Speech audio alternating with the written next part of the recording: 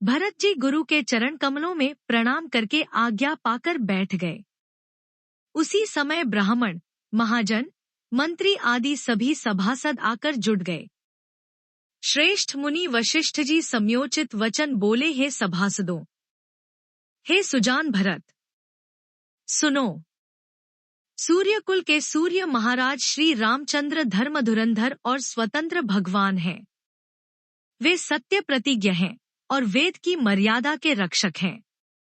श्री राम जी का अवतार ही जगत के कल्याण के लिए हुआ है। वे गुरु, पिता और माता के वचनों के अनुसार चलने वाले हैं। दुष्टों के दल का नाश करने वाले और देवताओं के हितकारी हैं। नीति, प्रेम, परमार्थ और स्वार्थ को श्री राम जी के समान यथार्थ तत्व से कोई नहीं जानता।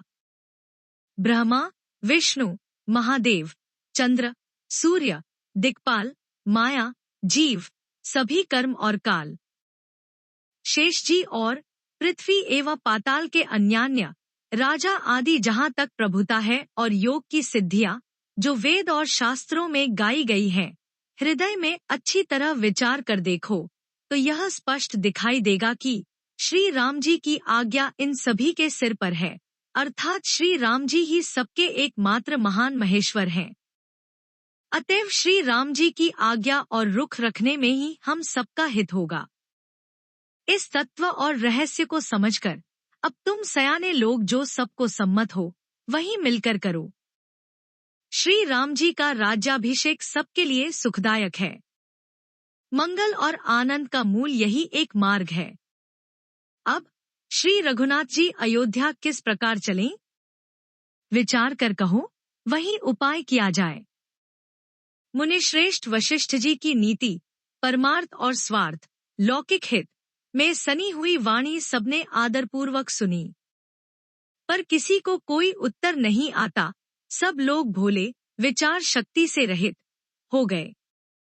तब भरत ने सिर नवाकर हाथ जोड़े और कहा, सूर्यवंश में एक से एक अधिक बड़े बहुत से राजा हो गए हैं। सभी के जन्म के कारण पितामाता होते हैं और शुभ शुभ कर्मों का फल विधाता देते हैं। आपकी आशीष ही एक ऐसी है जो दुखों का दमन करके समस्त कल्याणों को सज देती है, यह जगत जानता है। हे स्वामी, आप ही हैं जिन्होंने विधाता की गति विधान को भी रोक दिया। आपने जो टेक दी, जो निश्चय कर दिया, उसे कौन टाल सकता है। अब आप मुझसे उपाय पूछते हैं, यह सब मेरा अभाग्य है। भरत जी के प्रेममय वचनों को सुनकर गुरुजी के हृदय में प्रेम उमड़ आया। वे बोले, हे तात, बात सत्य है, पर है राम जी की कृपा से ही।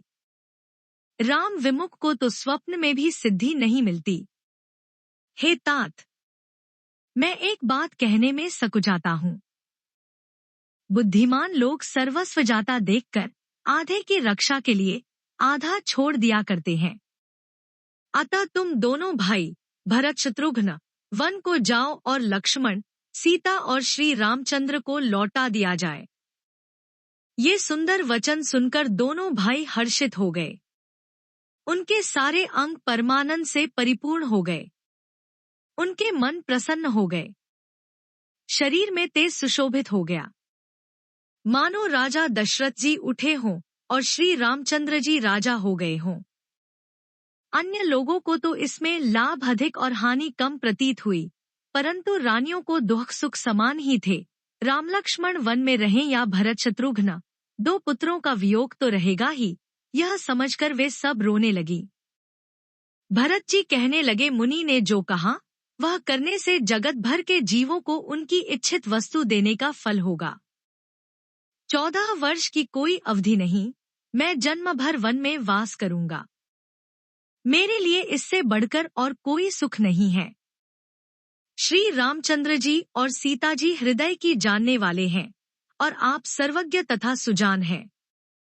यदि आप यह सत्य कह रहे हैं तो हे नाथ, अपने वचनों को प्रमाण कीजिए, उनके अनुसार व्यवस्था कीजिए।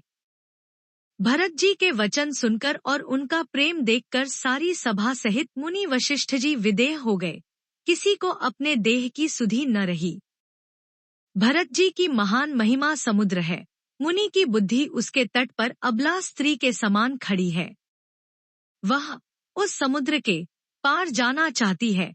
इसके लिए उसने हृदय में उपाय भी ढूंढे, पर उसे पार करने का साधन, नाव, जहाज या बेड़ा कुछ भी नहीं पाती।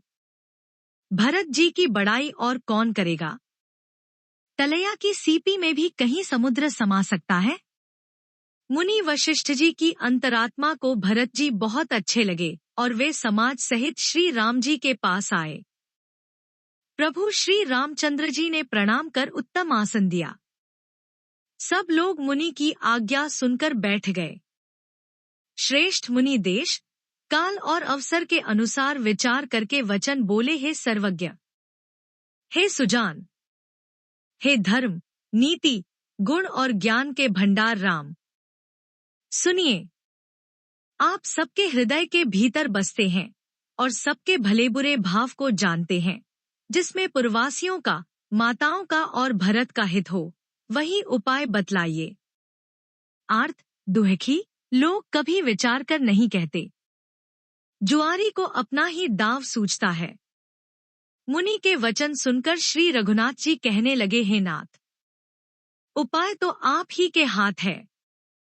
आपका रुख रखने में और आपकी आज्ञा को सत्य कहकर प्रसन्नता पूर्वक पालन करने में ही सबका हित है। पहले तो मुझे जो आज्ञा हो, मैं उसी शिक्षा को माथे पर चढ़ाकर करूं। फिर हे गोसाई, आप जिसको जैसा कहेंगे वह सब तरह से सेवा में लग जाएगा, आज्ञा पालन करेगा। मुनि वशिष्ठ जी कहने लगे, हे राम, तुमने सच कहा। पर भरत के प्रेम ने विचार को नहीं रहने दिया। इसीलिए मैं बार बार कहता हूँ, मेरी बुद्धि भरत की भक्ति के वश हो गई है। मेरी समझ में तो भरत की रुचि रखकर जो कुछ किया जाएगा, शिवजी साक्षी हैं, वह सब शुभ ही होगा।